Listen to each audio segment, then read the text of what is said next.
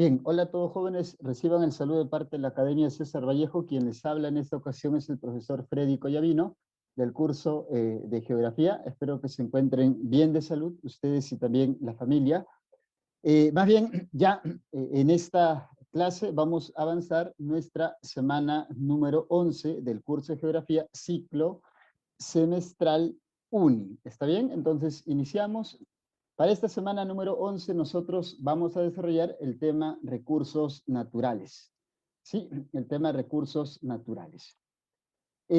¿Cuál es el contenido temático que vamos a abordar? Aquí aparece, vamos a hacer una clasificación de los recursos naturales según su capacidad de regeneración. Luego hablaremos también de la deforestación en el Perú, cuáles son sus características. Hablaremos sobre los suelos, su importancia y funciones, y también por ahí sobre la desertificación de los suelos y las principales causas, ¿no? Caso la salinización y también la lixiviación. Entonces, iniciamos a ver. ¿Cómo se clasifican los recursos naturales? Para empezar, siempre es importante que nosotros tomemos en cuenta qué es un recurso natural. Bueno, un recurso natural es todo aquel elemento que está presente en la naturaleza, ¿sí? Y que el hombre aprovecha para poder cubrir de esa manera sus múltiples necesidades. Sean estas necesidades por ahí, ¿no? Básicas, sean necesidades suntuarias, etc. Todo aquello que empleamos para cubrir nuestras necesidades es un recurso natural. Los recursos naturales tienen dos formas de clasificarse. La primera es según su origen. Según su origen son recursos animales, vegetales y minerales. Y la segunda es según su capacidad de regeneración. Según su capacidad de regeneración, los recursos pueden ser renovables o no renovables, como vemos aquí en la lámina. Cuando nosotros hablamos, ¿sí? Cuando nosotros hablamos, por ejemplo, de los recursos naturales renovables, ¿a qué nos referimos? ¿Sí? ¿A qué nos referimos? ¿Y por qué razón este criterio de clasificación según su capacidad de regeneración? Bueno, este criterio obedece al tiempo que toma un recurso natural para renovarse o regenerarse. No todos los recursos naturales se renuevan o se regeneran al mismo tiempo o al mismo ritmo. Hay algunos que lo hacen más rápido que otros. Aquellos recursos que se regeneran rápidamente, nosotros les solemos denominar recursos naturales renovables. ¿Está bien? A esos nosotros le llamamos, repito, recursos naturales renovables. Por eso dice allí, ¿no? Su uso no supera usualmente su capacidad de regeneración. ¿Por qué? Porque su regeneración es muy, muy rápida. Incluso algunos consideran que dentro de los recursos naturales renovables hay algunos que nosotros podríamos denominar inagotables. Caso el aire, se cita también, por ejemplo, el agua, etc. O la misma energía solar. Pero casi siempre cuando tú y yo hablemos de recursos naturales renovables, nos vamos a estar refiriendo a la flora, a la fauna, por ahí también a la presencia del recurso suelo. Los recursos naturales no renovables son aquellas, ¿sí? O son aquellos cuya capacidad de regeneración o renovación es muy lento, muy lento. Entonces, su capacidad de uso o explotación muchas veces supera su capacidad de regeneración. Por eso es que estos recursos suelen agotarse. ¿Sí? Suelen agotarse. Existen en cantidades fijas o determinadas. Ahí podemos encontrar nosotros a los minerales metálicos o los minerales energéticos también. Caso concreto, los hidrocarburos. ¿Está bien? Entonces, es importante que nosotros tomemos en cuenta esta clasificación y es importante que nosotros también asumamos algo, ¿no? Como país, los países, las distintas sociedades, por ejemplo, basan muchas veces su desarrollo en el aprovechamiento adecuado de los distintos recursos naturales que existen en su territorio. Son como que el pilar fundamental para el desarrollo de un país. ¿Está bien? Eso es lo característico que nosotros tenemos, que nosotros vamos a encontrar con relación a los recursos naturales. Ahora, dentro de los recursos naturales, yo les decía, ¿no? ¿Hay recursos naturales renovables? Sí. Nosotros tenemos el caso de la flora, la fauna, tienes el suelo, tienes la energía solar, etc. Pero en las últimas décadas, esos recursos no necesariamente están siendo aprovechados de manera adecuada. Y es por eso que se habla muchas veces del mal uso, ¿sí? Del uso irracional de los recursos y de las consecuencias que estos generan. Por ejemplo, el caso de los bosques. Cuando los bosques se aprovechan mal, se aprovechan en exceso, esto genera problemas como la deforestación. Y la deforestación implica una serie de efectos o consecuencias negativas para los ecosistemas y también para las mismas actividades humanas. Por ejemplo, cuando nosotros hablamos de la deforestación en el Perú, habría que entender en un principio qué es la deforestación. Porque a veces uno confunde, profesor, deforestación y tala son lo mismo. No, no son lo mismo. La deforestación es la pérdida. Sí, es la pérdida de los bosques. Y esa pérdida de los bosques puede ser por distintas causas, causas naturales o causas humanas. Una causa humana puede ser la tala. Una causa natural puede ser un incendio, por ejemplo. ¿Está bien, señor? Esa es la deforestación, repito, la pérdida de los bosques, la pérdida de la cobertura vegetal, causa natural o causa humana. Las últimas décadas, la causa humana es lo principal. Sí, la causa humana es lo principal, es lo más nocivo, es lo más dañino, vamos a decirlo así. E incluso, por ejemplo, esta cifra que se tiene con relación al año 2017, mira, en el 2017 el Perú perdió bosques del tamaño, ¿sí?, similar o equivalentes a 200.000 campos de fútbol. O sea, no es que en el Perú se pierda, por ejemplo, superficies de bosques reducidas, no, es abundante. Y eso, repito, tiene sus impactos. El mayor impacto de la deforestación, sí, se da en Ucayali, en los departamentos de Madre de Dios, San Martín y Amazonas. Y la causa principal, sí, la causa principal de la deforestación es el avance descontrolado del agro.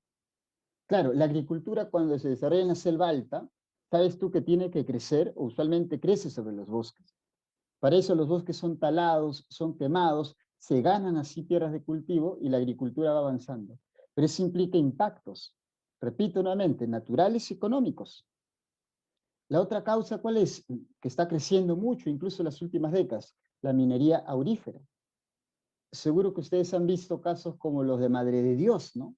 Que aquí se muestra en la lámina. O sea, la población, sí, estos mineros informales, lo que hacen es cavar sobre las orillas de los ríos y en ese tránsito también deforestar los bosques para buscar el oro fluvial. Así, en ese proceso se contaminan las fuentes de agua, se desaparecen los bosques, se contaminan los suelos, etc. Pero ese tipo de minería nociva sigue avanzando. ¿Está bien? Ese tipo de minería nociva sigue avanzando. Otra, por ejemplo, otra causa, que se tala, por ejemplo, para obtener leña. Sí, se tala para obtener combustible, porque la gente o la población en zonas como la selva, la sierra, etc., cercanas a la selva alta, no posee pues los medios para comprar un balón de gas, otro elemento para preparar sus alimentos, sino que utiliza leña. Y para eso tiene que talar los bosques. ¿Viste? Aunque siempre se está considerando que en el Perú la principal causa de la deforestación es el avance de la agricultura migratoria. Esa agricultura, repito, que va a tala, quema los bosques, gana campos de cultivo y va avanzando eso. Ahora, ¿cuáles son las consecuencias de la deforestación? Aquí en cifras se muestra más o menos lo que está ocurriendo con el Perú. Mira, mira el caso Madre de Dios, mira la cantidad de superficie, ¿sí?, o de hectáreas que son taladas, caso Ucayali, caso Madre de Dios, caso Huánuco, caso Loreto. Mira. Fíjate, son cifras alarmantes. Pero eso genera efectos. El primero, destrucción y alteración de ecosistemas. Los bosques son ecosistemas, hábitats de especies, sean aves, mamíferos, primates, etc. Es hábitat de especies. Si tú destruyes esos ecosistemas o si tú desapareces los bosques, desaparecen las zonas en las cuales viven estos animales. Y tiene impactos naturales, pueden desaparecer estas especies. Segundo, por ejemplo, la pérdida de la biodiversidad, que es inmediato. Tercero, es que los bosques tienen una función. ¿Qué son? Son grandes sumideros o depósitos de carbono. Claro, es que los árboles, ¿qué hacen? Fotosíntesis, captan CO2 y liberan oxígeno. Pero si desaparecen los bosques, ¿quién capta CO2? Nadie. Y la emisión, ¿sí? La emisión de gases del efecto invernadero, sobre todo dióxido de carbono, se incrementa. Luego también la alteración del ciclo hidrológico. ¿Por qué? Porque los árboles eliminan humedad a través de un proceso llamado evapotranspiración. Esa humedad se incorpora al aire, se convierte en nubes y regresa en forma de lluvias, pero si no hay árboles, no hay ese proceso de evapotranspiración y no hay forma de que se den lluvias de manera permanente. Se altera el ciclo hidrológico en ese lugar. ¿Qué más? Erosión de los suelos. Los suelos van a estar al descubierto, van a estar prácticamente desnudos y las lluvias fácilmente pueden erosionar esos suelos y posteriormente generar efectos como huaicos, por ejemplo, que se pueden convertir en desastres y afectar o repercutir a nivel de la población. También reduce la cantidad de agua subterránea. ¿Por qué? Porque las raíces de las plantas retienen agua de lluvias y las convierten en agua subterránea, adecuadas, necesarias, ¿para qué? Para el abastecimiento de los ríos, pequeños arroyos y también, en última instancia, la población amazónica. ¿Está bien? Entonces, estas son algunas consecuencias de la deforestación, pero sobre todo del mal uso, ¿sí?, del recurso flora. Aquí se nota evidentemente que hay un mal uso del recurso flora y de los impactos que esto puede generar. Ahora, ¿qué pasa con el recurso suelo? Sí, con el recurso suelo nosotros estaríamos hablando de que el suelo se aprovecha de forma adecuada, no necesariamente, ¿sí? No necesariamente. Y cuando hay un mal uso, ¿sí? Mal uso del suelo, el suelo se deteriora y va perdiendo fertilidad. Ese proceso se llama desertificación. En esta primera parte vamos a ver nosotros qué es el suelo y también cuáles son algunas funciones que cumple. Bueno, ¿el suelo qué es? Es esa capita superior, ¿sí?, de la corteza, en la cual uno puede encontrar compuestos sólidos que le dan fertilidad, compuestos líquidos y también a veces compuestos gaseosos. La combinación le da fertilidad al suelo. ¿Para qué? Para hacer agricultura, por ejemplo. Sí, y sobre estos, sí, sobre el suelo dice que se desarrollan las plantas y toman nutrientes, ¿para qué? Para comenzar a crecer o para comenzar a desarrollarse. ¿Está bien? Listo. Ahora, los suelos. Los suelos tienen funciones importantes. Una primera función, que yo te expliqué hace un ratito, vinculada y asociada con los bosques, es que árboles y suelo, ¿qué son? Sumideros de carbono. El árbol deposita en el suelo carbono. Sí, luego purifican, dice, el agua y reducen también los contaminantes. Cuando el agua se filtra en el suelo y hay raíces de las plantas, el suelo es como un filtrante y va purificando las aguas y el agua subterránea es limpiecita. Regula también el clima, ¿no? Contribuye mucho el suelo y la vegetación con regular el clima. También es hábitat para distintas especies, microorganismos fundamentalmente. También por ahí, por ejemplo, los suelos, cuando presentan vegetación, cuando son suelos óptimos, lo que hacen es, ¿qué cosa? Reducir la posibilidad de que se den inundaciones. ¿Por qué? Porque los suelos actúan como esponjas y si hay exceso de lluvias o exceso de agua, absorben ese exceso de lluvia o agua, evitando posibles desbordes e inundaciones. También es base para infraestructuras humanas, suministra materiales para construcción, rocas, por ejemplo, y también por allí suministra alimentos, ¿no?, fibras y también combustibles. Ahora, ¿pero qué pasa con el suelo? ¿Sí? ¿Qué pasa con el suelo cuando el suelo es aprovechado de manera muy intensa y el suelo se va deteriorando? Te decía, se da el problema, ¿sí?, de la desertificación. ¿Qué es la desertificación? La desertificación es el proceso de degradación. Es el proceso a través del cual las tierras pierden su fertilidad. Y cuando las tierras pierden su fertilidad, no son capaces para ser aprovechadas por el ser humano. ¿Está bien, Cielo? Y esa pérdida de fertilidad puede ser por causas o naturales o por causas humanas. Nosotros vamos a destacar específicamente las causas humanas. Por ejemplo, en el caso peruano, mira, en el caso peruano, cerca de un 40% de tierras están en proceso de desertificación. un 40% de tierras. Entonces, ¿eso qué significa? Significa que nosotros, si bien es cierto, decimos en ocasiones que en el Perú hay agricultura, que en el Perú se puede hacer agricultura, eso es correcto, pero muchos de los suelos que nosotros tenemos están perdiendo rápidamente su fertilidad. Y un aspecto que debemos de tomar en cuenta es que en el Perú solo el 5% de nuestro territorio es apto para la agricultura. ¿Te imaginas? Si de ese 5% de nuestro territorio que es apto para la agricultura, incluso está una buena parte, si casi un 50% está en proceso de desertificación, si nosotros no hacemos algo, esos problemas de desertificación pueden volver totalmente infértiles a nuestros suelos y limitar el desarrollo así de la agricultura. Ahora, aquí, por ejemplo, se mencionan algunos aspectos que nosotros debemos de tomar en cuenta. Para empezar, cuando uno analiza las regiones, llámese costa, sierra y selva en el Perú, ¿qué encuentra? Que en el caso de la costa, la principal causa de la desertificación es el sobreriego. Son las malas técnicas de riego que nosotros utilizamos, que nosotros empleamos. ¿Qué hacemos usualmente en la costa? Inundamos a los suelos, y al inundar a los suelos, al generar suelos pantanosos, esto genera condiciones para que se vaya concentrando sales y se da un proceso llamado salinización. En el caso de la sierra, por ejemplo, ¿sabes cuál es un gran problema? La erosión. Estamos en suelos accidentados, porque la sierra es accidentada, pero aparte que el suelo es accidentado, a veces el pasto que está allí, llámese ichu, es qué cosa, ese pasto es retirado, voy a decirlo así, por la ganadería. Hay ganadería intensa.